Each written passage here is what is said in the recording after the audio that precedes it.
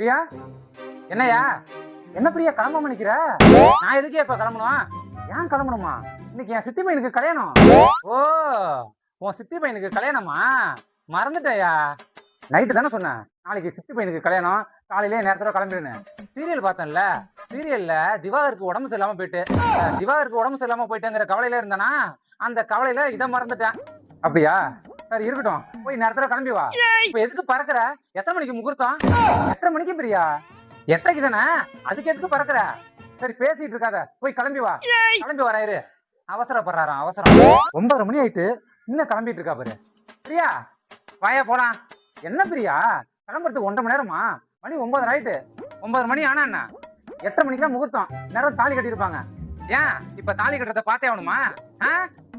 கல்யாணத்துக்கு வரதே பெருசு. வாயா போலாம். சரி பிரியா, வா போலாம். என்னய்யா 6 மணி ஆகுது இன்னும் கிளம்பாம நிக்கிற? இன்னைக்கு என் பெருப்பா பையனுக்கு கல்யாணம்யா. 9:30 மணிக்கு தானே முகூர்த்தம். இப்ப 6 மணி தானே ஆகுது. அதுக்குள்ள ஏன் போய் பறக்குற? 9:00 மணிக்கு 9:00 மணிக்கு தான் போவாங்களா? 2 மணி நேரத்துக்கு முன்னாடி போவானா? சரி இரு, டாய்லெட் போயிட்டு குளிச்சுட்டு வந்துடுறான். நீ டாய்லெட்டும் போவானா, குளிக்க வேணா, அப்படியே கிளம்பி வா. டாய்லெட் போகாம குளிக்காம எப்படி வருது? எல்லாத்தையும் மண்டபத்துல பாத்துக்கலாம் வா. 10 நிமிஷத்துல கிளம்பி வர, இல்லைன்னா வீட்டுல பெரிய பூகம்பமே வெடிக்கும். கோவப்படாத பிரியா, இதோ கிளம்பி வரேன் இரு. எவ்வளவு கோவத்தை கலப்புறான்.